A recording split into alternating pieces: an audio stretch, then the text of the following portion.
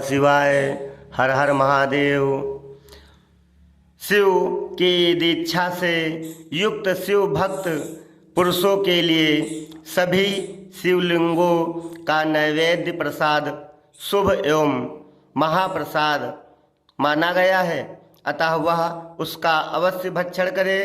परंतु जो अन्य देवताओं की दीक्षा से युक्त है और शिव भक्ति में भी मन को लगाए हुए हैं, उनके लिए शिव नैवेद्य भक्षण के विषय में शिव पुराण में क्या निर्णय बताया गया है।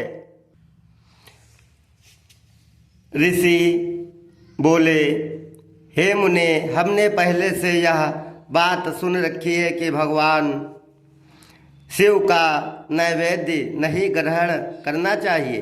इस विषय में शास्त्र का क्या निर्णय है, यह बताइए। साथ ही बिल्व का महात्म भी प्रकट कीजिए।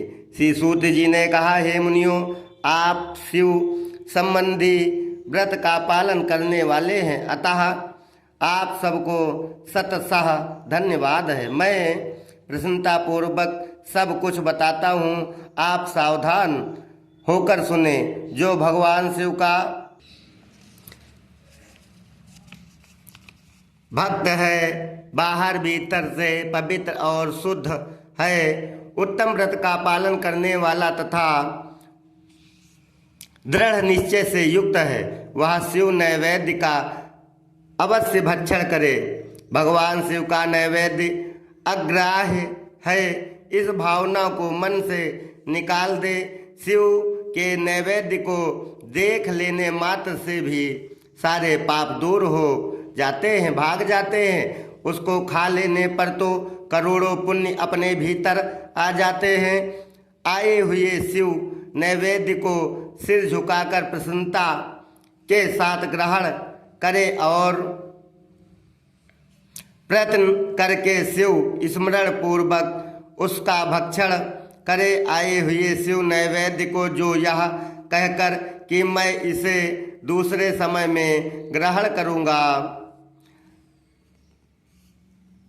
इस तरह विलंब जो कर देता है, वह मनुष्य निश्चय ही पाप से बंध जाता है। जिसने शिव की दीक्षा ली हो, उस शिव भक्त के लिए यह शिव नैवेद्य अवश्य भक्षणीय है। ऐसा कहा जाता है कि शिव भक्त की दीक्षा से युक्त शिव भक्त पुरुष के लिए सभी शिवलिंगों का नैवेद्य शुभ एवं महाप्रसाद है, अतः वह उसका अवश्य भक्षण करे। परंतु जो अन्य देवताओं की दीक्षा से युक्त हैं और शिव भक्ति में भी मन को लगाए हुए हैं, उनके लिए शिव नैवेद्य भक्षण के विषय में क्या निर्णय है, इसे आप लोग प्रेम पूर्वक सुने। ब्राह्मणों, जहाँ से सालग्राम शिला की उत्पत्ति होती है, वहाँ के उत्पन्न लिंग में रसलिंग, पारद लिंग अर्थात पारलिंग में पाषाण अर्थात पत्थर, रजत अर्थात चांदी तथा स्वर्ण से निर्मित लिंग में देवताओं तथा सिद्धों द्वारा प्रतिष्ठित लिंग में, केसर निर्मित लिंग में, स्फटिक लिंग में, रत्न निर्मित लिंग में तथा समस्त ज्योतिर्लिंगों में विराजमान भगवान शिव के नैवेद्य का भक्षण चांद्रायण व्रत के समान पुण्यजनक है। ब्रह्म हत्या करने वाला पुरुष भी यदि पवित्र होकर शिव निर्माल्य का भक्षण करके उसे सिर पर धारण करे, तो उसका सारा पाप शीघ्र ही नष्ट हो जाता है। पर जहाँ चंड का अधिकार है, वहाँ जो शिव निर्माल्य हो, उसे साधारण मनुष्यों को नहीं खाना चाहिए। जहाँ चंड का अधिकार नहीं है, वहाँ के शिव निर्माल्य का सभी को भक्तिपूर्वक भोजन करना चाहिए। बाणलिंग अर्थात नर्मदेश्वर, लौह निर्मित स्वर्णादि धातुमय लिंग, सिद्ध लिंग, जिन लिंगों की उपासना से किसी ने सिद्ध प्राप्त की है अथवा अथवा जो सिद्धों द्वारा स्थापित है वे लिंग स्वयंभू लिंग इन सब लिंगों में तथा शिव की प्रतिमाओं मूर्तियों में चंड का अधिकार नहीं है। जो मनुष्य शिवलिंग को विधि पूर्वक स्नान कराकर उस स्नान के जल का 3 बार आचमन करता है उसके कायिक वाचिक और मानसिक तीनों प्रकार के पाप यहाँ शीघ्र नष्ट हो जाते हैं।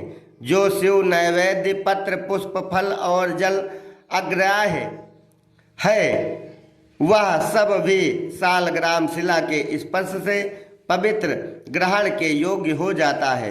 हे मुनीश्वरों, शिवलिंग के ऊपर चढ़ा हुआ जो द्रव्य है वह अग्राह्य है। जो वस्तु शिवलिंग स्पर्श से रहित है अर्थात जिस वस्तु को अलग रखकर शिव जी को निवेदित किया जाता है शिवलिंग के ऊपर चढ़ाया नहीं जाता है उसे अत्यंत पवित्र जानना चाहिए। अतः हे मुनीश्वरों, अतः इस प्रकार नैवेद्य के विषय में शास्त्र का निर्णय बताया गया है।